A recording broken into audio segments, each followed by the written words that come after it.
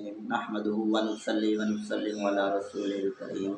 اما بعد فاعوذ باللہ من الشیطان الرجیم بسم اللہ الرحمن الرحیم انما المؤمنون اخوہ آمنت باللہ صدق اللہ العظیم۔ حضرات محترم، میں نے آپ کے سامنے ایک مختصر آیت کا حصہ تلاوت کیا۔ رب تعالیٰ ارشاد فرماتا ہے مومن کا بھائی ہے، انما المؤمنون اخوہ، اور اس کا جو سب سے عملی اظہار ہوا وہ یوں تھا کہ جب مہاجرین مکہ مدینہ پاک میں تشریف لائے، انصار مدینہ نے مہاجرین مکہ کو اتنی سپورٹ کی، آج تک تاریخ انسانی میں ایسی مثال قائم نہیں ہوتی جسے مواخات مدینہ کہا جاتا ہے۔ حتیٰ کہ یہاں تک بھی صورتحال تھی کہ حضرت عبد الرحمن بن عوف رضی اللہ تعالی عنہ، ان کو جب کہا گیا کہ حضور، ان کے جو ساتھی تھے، ان کے جو بھائی بنائے گئے، رفیق بنائے گئے، ان کو کہا گیا کہ آپ کے فلاں رفیق ہیں۔ آپ نے اپنے رفیق کو، اپنے ساتھی کو کہا کہ آپ مجھے اپنی کسی بھی چیز میں شریک نہ کریں، بس مجھے بازار کا راستہ دکھا دیں۔ پتہ چلا کہ آپ کو کوئی اگر ہاتھ دے تو بازو نہ لے لیں، بلکہ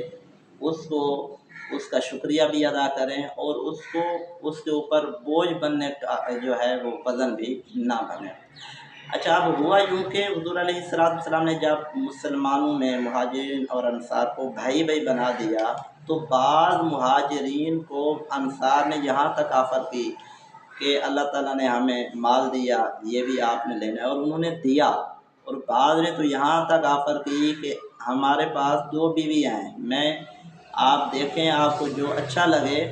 تو میں ایک بیوی کو طلاق دیتا ہوں، جو آپ کو اچھی لگے، جو سمجھ آئے، آپ اس سے نکاح کر لیں۔ یہ تھا مسلمانوں میں ترقی کا دور،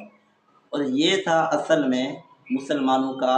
عروج اور جو ہے وہ اڑان کا دور، اور یہ سب سرکار کی پیروی کا صدقہ تھا۔ تو اس لیے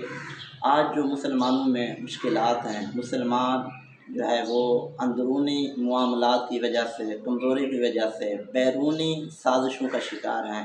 تو میں سمجھتا ہوں آج بھی اگر ہم ترقی کر سکتے ہیں، کامیابی کر سکتے ہیں، کامیابی حاصل کر سکتے ہیں، اور دشمن کو دشمن سمجھ کر ہم جو ہے ان کا مقابلہ کر سکتے ہیں، تو ہمیں اندرونی طور پر ایک دوسرے کی مدد اور سپورٹ کرنی ہوگی۔ بیرونی جب سازشیں ہوں پھر ہمیں متحد ہو جانا چاہیے، جیسا کہ حضرت مولا علی رضی اللہ تعالیٰ عنہ اور حضرت جناب امیر معاویہ رضی اللہ تعالیٰ عنہ، ان کا جب آپس میں کچھ معاملہ ہوا تو جو غیر لوگ تھے، غیر ملک کے لوگ تھے، کچھ بادشاہوں نے خط بھیجا حضرت جناب معاویہ رضی اللہ تعالیٰ عنہ کو، کہا کہ اگر آپ چاہو ہم آپ کی سپورٹ کریں اور ہم آپ کے جو ہے پشت پناہی کریں، اور مختلف باتیں لکھی۔ تو حضرت مولا علی رضی اللہ تعالیٰ عنہ، حضرت جناب معاویہ رضی اللہ تعالیٰ عنہ، ان کے باہم معاملات چل رہے تھے، اس کے باوجود حضرت معاویہ رضی اللہ تعالیٰ عنہ چونکہ مسلمانوں کے خیر خواہ تھے، تو انہوں نے کہا کہ ہم آپس میں تو جو کچھ ہیں ہم وہ انشاءاللہ الکریم ہمارا سمجھوتا ہو جائے گا، لیکن اگر تم نے مولا علی رضی اللہ تعالیٰ عنہ کی مخالفت کی یا میرے خلاف یا مسلمانوں کے خلاف مہم جوئی کی، تو پھر ہم دونوں ہی اکٹھے ہوں گے، اور میرے جو سپہ سالار ہوں گے حضرت مولا علی رضی اللہ تعالیٰ عنہ ہوں گے، اور ہم تم پر زبردست قسم کا حملہ کریں گے۔ پتہ یہ چلا کہ ہم مسلمانوں کو دشمن کے مقابلے میں یکجا، یکجان، یک قالب ہونا چاہیے۔ دیکھیں نا، ہم گھروں میں کتنے اختلافات ہوتے ہیں، کبھی میاں بیوی کے تعلقات خراب ہوتے ہیں، کبھی باپ بیٹے کے، کبھی بیٹی اور ماں کے، جتنے بھی معاملات چل رہے ہوں، اگر چور گھس کر آ جائے تو کیا وہ جو والد ہوتا ہے اگر وہ ناراض ہے گھر میں تو وہ سویا رہے گا؟ نہیں جناب، چور آ گیا تو چوری کر کے چلا جائے، میں پھر دیکھ لوں گا۔ یا اسی طرح جو ہے وہ والدہ ہے، اس کے ساتھ کوئی ایسی بات ہو گئی بیٹی کی یا باپ کی، تو کیا ایسا ہوتا ہے کہ جناب میری جو ہے وہ گھر والی ناراض ہے تو میں جو ہے کچھ بھی نہ کروں، یا گھر والی جو ہے وہ چور کو جو ہے شور کر کے نہ بھگائے؟ نہیں، بلکہ اگر ہمارے گھر میں کوئی چور گھس آتا ہے تو ہم کیا کرتے ہیں؟ اس چور کو بھگانے کے لیے خود بھی جتنی ہمارے پاس انرجی ہوتی ہے، پاور ہوتی ہے، طاقت ہوتی ہے، لگا دیتے ہیں، چور کو بھگاتے ہیں۔